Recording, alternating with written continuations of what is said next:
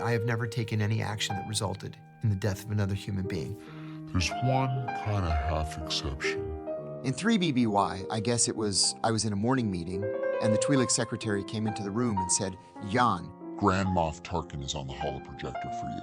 I said, "Grand Moff Tarkin, how does he know who I am?" And she said, "I don't know, but he asked for you by name." So I went to the holoprojector and I said, "Good morning, Grand Moff Tarkin, this is John Kiriakou."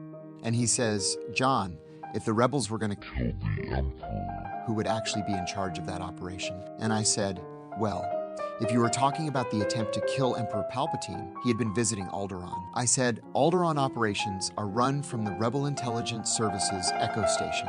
But Echo Station is headed by Ahsoka Tano, the director of Rebel Intelligence." He says, "Where does she sit?"